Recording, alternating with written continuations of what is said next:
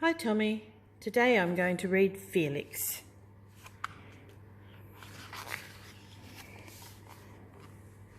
Every night, Felix slept upstairs on Molly's bed. Every morning they came downstairs together.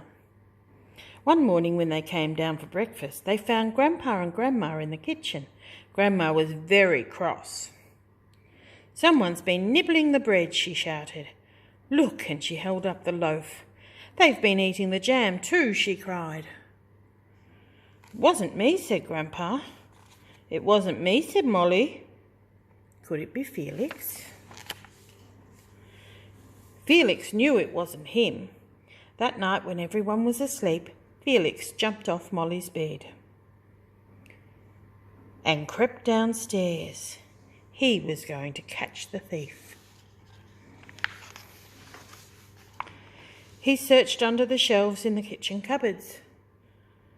He looked up high along the bench tops.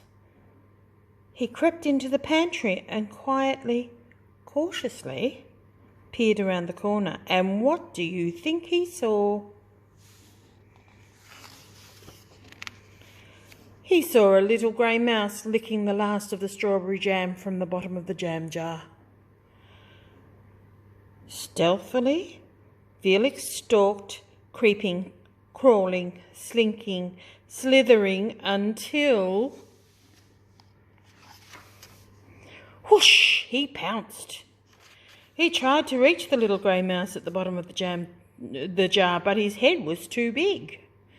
He pushed and shoved until his ears were squashed and his whiskers bent.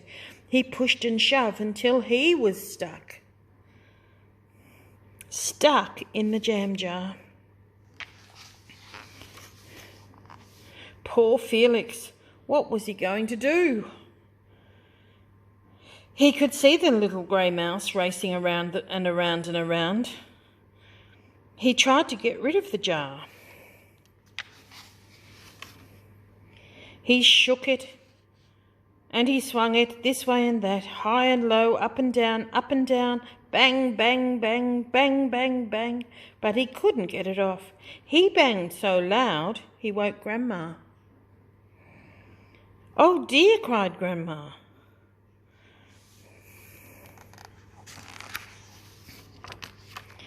She sat down and picked up the big fat cat. Felix was very still. Grandma took hold of the jar and carefully twisted and turned it, but she couldn't get it off. She could see the little grey mouse racing around and around and around. "Oh dear," sobbed Grandma, and she went and woke Grandpa.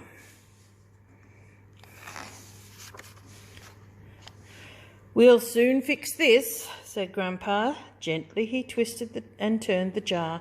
He wiggled and he wobbled it. He jiggled and he joggled it, but he couldn't get it off. He too could see the poor little mouse racing around and around and around.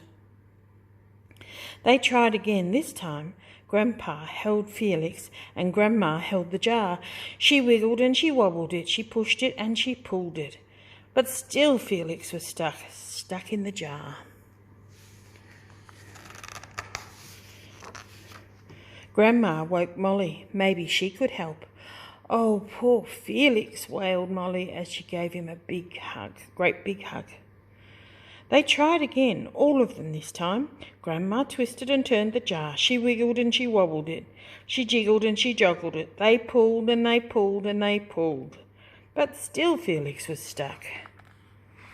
Oh gosh, poor Felix. Poor, frustrated Felix. Now he was cross, very cross. He flung his head up and down, up and down. Bang, bang, bang, bang, bang, bang, bang, bang, bang. Bang, bang, bang, until suddenly... smash! The little mouse flew high in the air.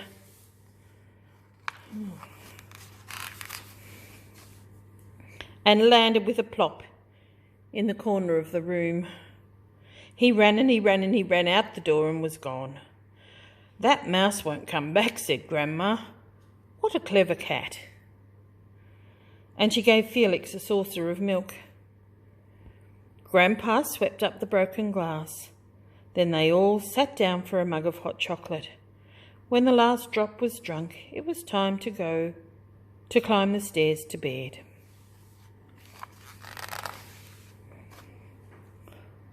Once on Molly's bed, Felix licked the last of the strawberry jam from behind his ears, then snuggled down and curled himself into a ball.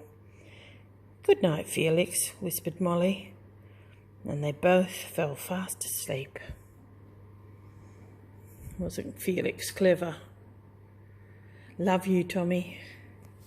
That's the end. Good night.